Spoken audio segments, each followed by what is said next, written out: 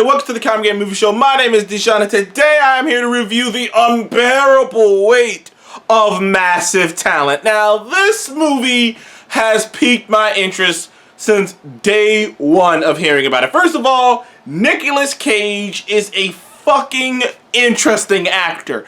One of the most interesting actors in Hollywood. One of the most interesting actors of all time. This is a man who has been in both some of the worst films I've ever seen and in some of the best films I've ever seen.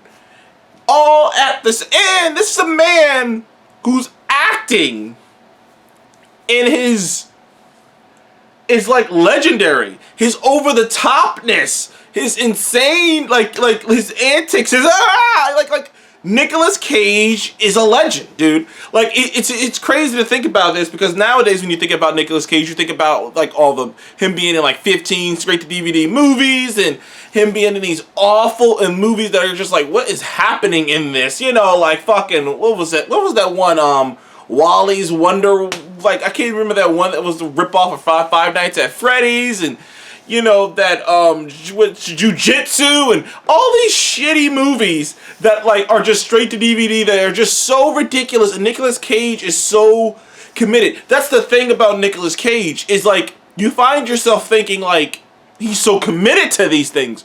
But then you go back and look into the 90s and the early 2000s, and you see all these films, Gone in 30 Seconds, and, you know, National Treasure, Face Off, like all these movies that are considered pretty good movies. And of course, I believe he was nominated for an Oscar like early in his career, which is why a lot of people thought he was going to be like, a lot of people thought Nicolas Cage's trajectory was going to be something completely different than what it actually ended up being. But Nicolas Cage has gotten in this position in reality.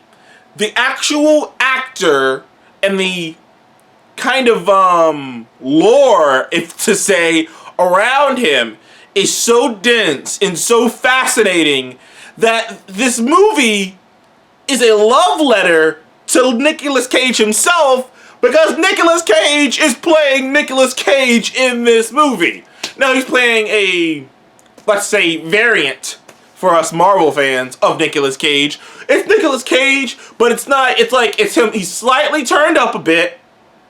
It's like in wrestling. In wrestling, I always make pro wrestling analogies all the time, but in pro wrestling, they say the best characters are the actual person turned up. And that's what this is. You get the vibe the entire time you're watching this movie. This is actual Nick Cage, just turned up, you know, just turned up to, you know, to a slightly ridiculous level. And this film, I gotta tell you, is utter ridiculousness. Utter insanity, utter meta-ness in all the good ways. Like, I didn't know how I was going to feel about this movie. I knew it was going to be meta. I knew it was going to be funny. I knew it was going to be Nicolas Cage playing up himself being Nicolas Cage and being meta. I mean, there are like it's really meta. Like, I'm just going to put it to you like that. It is super meta, especially if you are a fan or someone like me who's an on and off again fan of Nicolas Cage, but I know who Nicolas Cage is. I know all the movies he's been in. I know Con Air. I know Gone in 30 Seconds. I know National Treasure. You know, I know a lot of the films he's been in. And I know his reputation today and what kind of and what people think of him today. So the jokes and the jabs and the callbacks and the phrases, dude, if you are a fan of Nicolas Cage, or if you just are someone who knows Nicolas Cage and knows his filmography and knows the different things he's been in, and you know about what he's thought of now, you're gonna get a kick out of it. And there's a lot of that. And this movie is hilarious. It's hilarious. But the secret sauce of the film, which I'll get into a little bit, but the secret sauce of the film is this romance between Nicolas Cage and and Javi, the supposed maybe big time drug lord cartel member that he's with. Like, the chemistry between them, the chemistry between Nicolas Cage and Pedro Pascal is off the charts. They feel like real bros. Like, you know what I mean? You know, in life, there's always one or two people in your life that like you love so much that it's like if you guys never saw each other, which is that's funny because I'm quoting it. If you guys never saw each other for like 5 years, if you guys never talked to each other, never saw each other, never talked to each other in like 5 or 10 years, you guys would link back up and you guys would pick right back up where you left off. It'd be new things in the conversation, of course, but the feelings you feel for one another, the chemistry y'all have, just like that. And in life, there are people like that. Best friends, people who are your ride or die and you just fucking vibe with. And the entire time I'm watching this movie, they carry it. Now, there's a lot of other really fun things in the movie, but the fucking relationship between Pedro Pascal and Nicolas Cage and Pedro Pascal's character is off the charts. They are just so fun together. There are so many funny bits, particularly a bit involving LSD that is just hilarious, dude. Those two together, like, I'm just like, dude, this is great. This is great.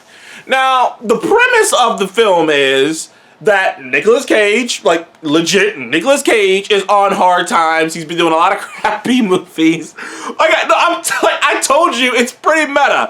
Like it's pretty meta. Nicolas Cage is like not on hard times. He's been doing a lot of crappy movies to try to kick bills down the line, but he hasn't had the big one yet. He hasn't had a big comeback film yet.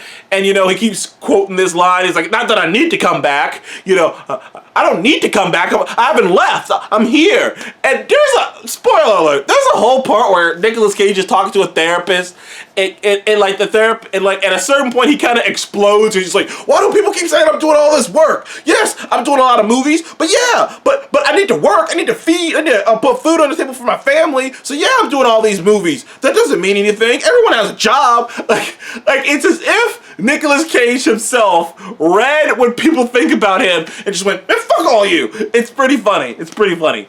But we get into this interesting story, and it's a classic story of him neglecting his family for his job and pushing it. There's this weird thing where like I don't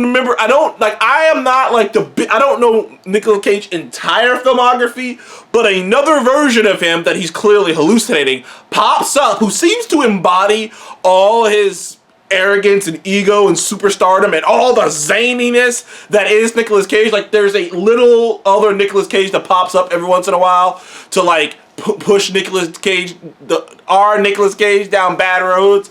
But regardless, he's on hard times. He tries to audition for this role for a movie that's going to be a big break for him. He doesn't get it. But his agent, he doesn't get it, and he's having a hard time paying bills. But his agent comes through with $1 million deal. All he has to do is go across to some island in the middle of god shit nowhere to hang out with this supposed millionaire / billionaire, and they'll pay him $1 million for it. And of course, he's thinking it's just going to be simple. He's thinking he's going to go over there. He's going to hang out with them a little bit. He's going to jump in the pool. He's going to sleep around. He's going to sleep in the bed. They sleep in the bed all day, collect $1 million, and head back home. Turns out, this millionaire / billionaire who's a super, played by, Pedro Pascal, Javi, is a huge fan of his. Massive fucking fan of his. And they hit it off almost, not off the bat, but once they get going, him and Javi hit it off. They have similar interests, they have similar loves, they have similar, they have similar vibes, and they hit it off the bat, and they're pretty much instantly, from the beginning to the end, from the time he gets there to the end, best friends.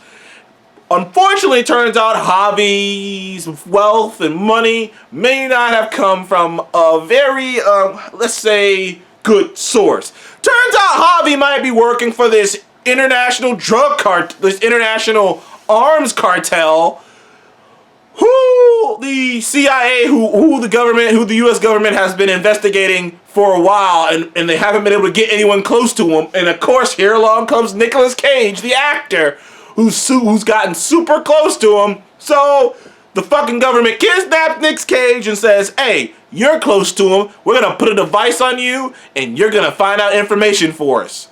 And the movie from there on goes forward. And like I said, I don't want to get into too many things without spoiling anything, because there's some stuff going on. But this film is hilarious. Nicolas Cage is so entertaining in this. Pedro Pascal is so entertaining in this, particularly them two together on screen is so entertaining. It's a twist. It's something that's been done before. Now the whole idea of now the person who's the actor has to do the real life thing now, has been played up before. I've seen it in other things. My favorite version of that is in Fright Night when the actor Peter Vincent, who played the vampire hunter, actually had to hunt vampires in the real world. And I was like, oh shit, this is real.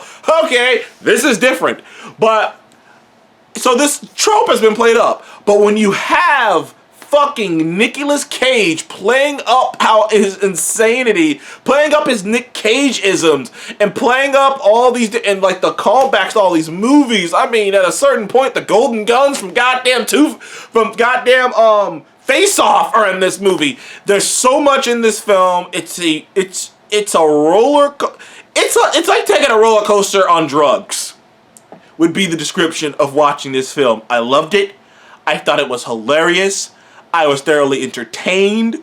I give the unbearable, even the title, the unbearable weight of massive talent. You just hear the unbearable, that just sounds like some shit an actor would say. Oh, I'm burning with the weight of massive talent. This movie's hilarious, dude. I give this movie a fucking 9 out of 10. One of my favorite movies this year. It's so fucking fun, especially if you're a Nicolas Cage fan. If you're a fan of this, it's great, dude. It's great. Anyways, thank you guys for joining the Congregate Movie Show. Please like, subscribe, and I'll see you guys on the next one. Go check this film out. Support Nick Cage. Support Nick Cage. He needs it. He deserves it, damn it. Little Nick Cage is in there.